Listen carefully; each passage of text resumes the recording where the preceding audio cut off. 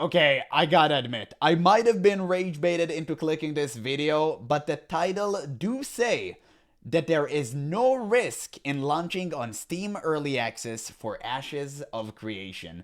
Now, I gotta admit, I really want to hear what this guy has to say, because that is quite a statement. I mean, there is so much to lose just launching right now at the current state of Ashes on Steam.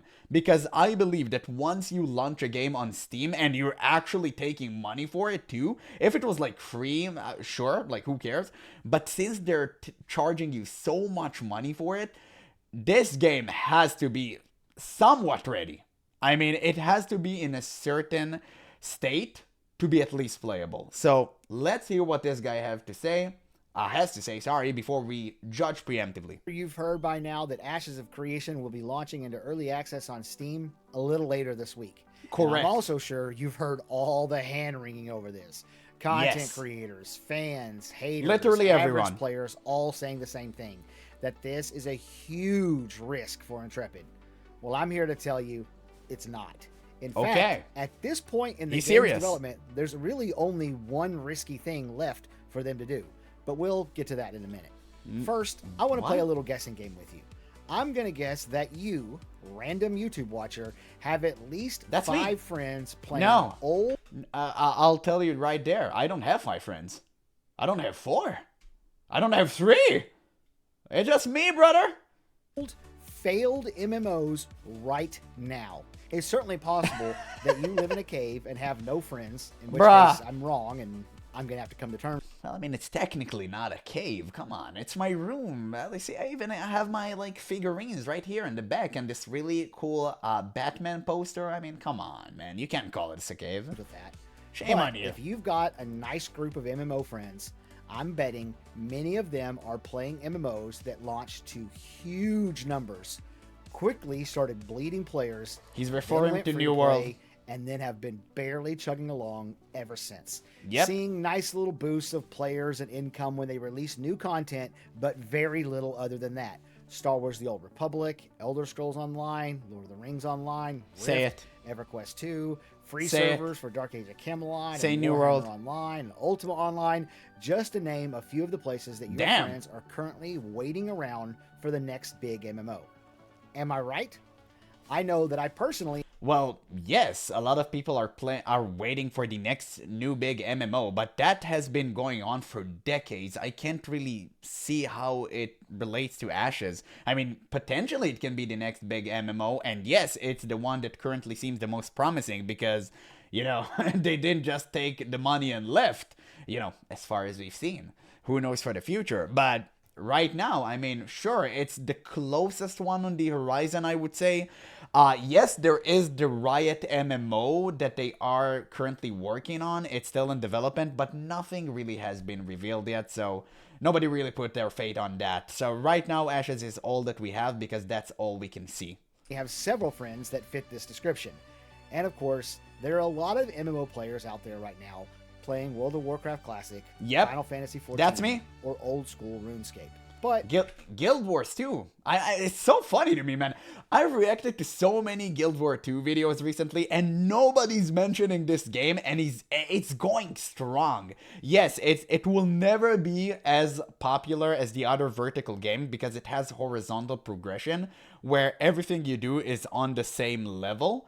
You never really get more powerful, and more, like, most people love verticality, myself included, by the way, and, like, I get that, but you can't say that Guild Wars 2 isn't a good MMO. It is still very popular and have a very dedicated community. Recently, I've experienced it. I reacted to a ton of Guild Wars 2 videos, and my god, the Guild Wars 2 community, every single interaction I had with these guys were amazing. Like, was amazing. Truly. Most of them are also just waiting around for the next big thing. They just happen to be doing it in a more classy environment. They are secluded, though, yeah. The bourgeoisie of the MMO player base. Being a member of the white trash wing of the MMO player base myself, I've been killing time in Lord of the Rings Online. Ooh. New World had, what, 2 or 3 beta weekends in the he said it. Up to its launch? New World mentioned. And the warts were evident then. They were called out by every major YouTuber then. Every game reviewer, then. No mounts, no swimming, no mob diversity, and almost yeah, because the game wasn't ready, and also they changed the development in the last second. So the game was supposed to be fully fledged PvP game, and sometimes towards the end of development they realized it's not going to work. So they kind of made a really huge 180, and they turned it into a PvPvE game. And that never works. Nobody likes that. Yes, it was huge because it was very new and the mechanics were amazing. Also, the game looks fantastic. You gotta give them that. But it quickly dropped off. And obviously, a few years later, as we already know, died. Complete lack of an endgame. That stupid key system for doing dungeons. Of course, there's no... The game wasn't ready. It wasn't made for endgame. It wasn't made for PvE. All of it existed in those beta weekends, and all of it was talked about ad nauseum.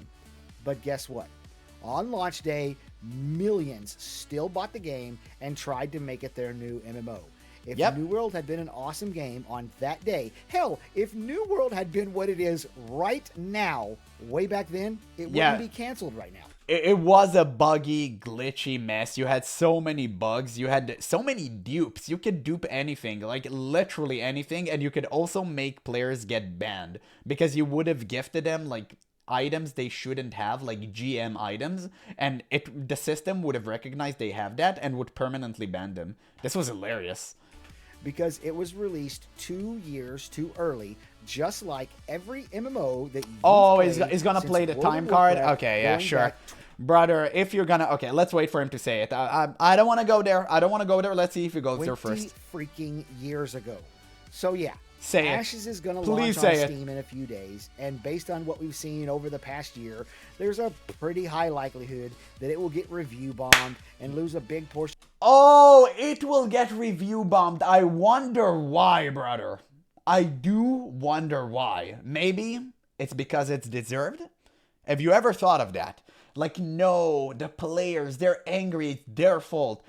Most of the time, whenever something has been review bombed, it was for a righteous cause. And you know what? When most players come together and agree on something, for the most part, it will be true. Now, there are some edge cases where there's some misinformation and all of that stuff, and this was quickly to be taken care of. But most of the time, the players were right. We can take Cyberpunk for an example, right? Everyone were hyped for the game. The game was released, and it was unplayable. Immediately from the hype, it went to being super review bombed. And even when Steam started deleting reviews, it was still overwhelmingly negative, if I remember correctly. Or at the very least negative. So I think that this was one of the cases that clearly indicates that most of the time players are right. I can give like 20 more of these, but we're not going to make this video any longer because of that. So, you know, most of the time when players do review bomb something, they have a right reason. I mean, again, recently, like last Epoch, and they broke promise and they made some stuff being paid. I'm kind of going off topic, but again, we can continue this cycle forever. But it just goes to show, if Ashes will get review bombed, it's because there wasn't enough content inside of the game to justify the price tag. I think if they made it early access, free to play, this game would have never been review bombed. If they would literally came to us, with good faith intentions and told us, hey, we just want players to test our game, just do a stress test, have you guys giving us some feedback, go and play this version of the game, which is incomplete, for free. Fantastic. Nobody would have betted an eye. The fact that you have the gall to charge us money for it, I think it was what, $40? I don't want to throw numbers around, like $30, $40. That is a crime, brother. Because when you charge me money, I'm going to assume that I'm going to play not a complete game. Okay, they told me it's early access, but some game in a playable state. If you're gonna give me a buggy, glitchy mess for this price, with a cash out, by the way, then yeah, I'm gonna negatively review your game. And you bet I'm gonna buy Ashes of Creation and I'm gonna try this, because it's gonna be hilarious. But I really hope they didn't do that, even though in my heart, I'm 99% sure they did. Another player base that comes to check it out on day one. But here's the thing. It won't matter one tiny little bit. I've been screaming from the mountaintops on this YouTube channel for years now that Ashes has one big advantage that none of those other MMOs had. They don't have a publisher. They don't have someone that's going to force them to release the game 2 years too early because they need to start recouping their investment. You are technically correct, but you are also wrong. So yes, they don't have the pressure of a publisher to release the game and, you know, have a really rigorous deadline. I agree with that for sure. But at the same time, you are 8+ years in development. Any rational human being would have looked at that and said, hey, something's fishy. You can't have an MMO being 8+ years in development, and this is the content that you're offering. It is not remotely close to enough. Classic World of Warcraft, sorry, vanilla, like the base version of WoW, was incomplete. You had so many missing features. You had Tyr's Hand missing, which was supposed to be a raid. You had Scarlet Monastery, which was supposed to be a raid at the time. So many location missing. Hyjal, right? Caverns of Time, which came in later expansion. All of that stuff that were missing. Uldaman, right? Uldum, sorry. Yeah, I mean, so many stuff that were missing. And I guess it is what it is, right? They still released the game, and lo and behold, it was fantastic. Because Blizzard still had a great product, even with the insane development schedule they had to go through. I mean, Molten Core was literally made in a week by one guy. And it was bad, but people still enjoyed it for what it was. So I'm not saying Ashes should follow the exact route Blizzard had, but 8+ years in development using an engine that you yourself did not create. They're using Unreal Engine. How the hell did we even get there? How this is all you have inside the game? And you have bugs and glitches that should have been solved a long time ago.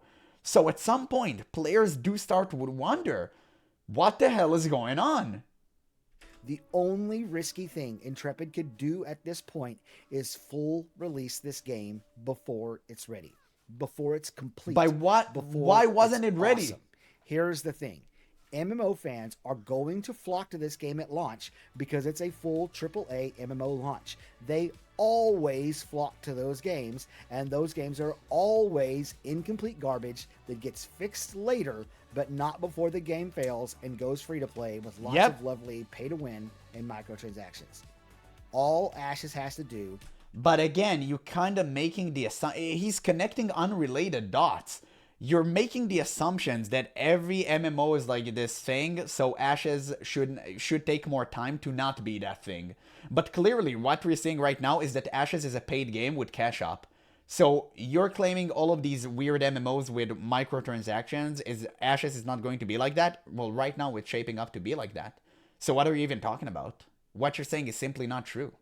Is be awesome on launch day, be complete on launch day, and have a functioning end game on launch day. Whether you already own a copy of Ashes, you plan on picking it up on Steam here soon, or you've already decided to just wait until official launch, you're an MMO player. You're gonna play this freaking game. And if it's awesome on that day, reviews from 2025 won't matter. You'll make it your MMO and happily pay your sub fee to be able to keep logging in every day, defending your settlement, helping to siege a castle, delving into the depths of the Befallen Forge, or testing out the practically infinite builds that this game's class system will allow. But you also need to understand that there is something called, I'm not really sure about the name, but basically hype just dies sometimes, okay? I agree, when Ashes will release, a ton of people will flock into this game. But you also need to understand that while they're developing Ashes of Creation, someone is gonna come with an MMO. And I think the most good example would be Riot MMO, right? Right? I think when Riot MMO will come out, it will be insane. I genuinely believe that, and I mean, at least I want to. And if Ashes won't release in time, I think Riot would run laps over them. And that would be really sad to see. Because Ashes could have the entire playground for themselves, but they choose not to. And I don't think they choose not to because they really want to take the time and create a perfect product. I really believe that they just have absolutely no idea what they're doing. And I mean, clearly, 8+ years in development, and this is all we have. It's so weird. And people are getting frustrated with the game.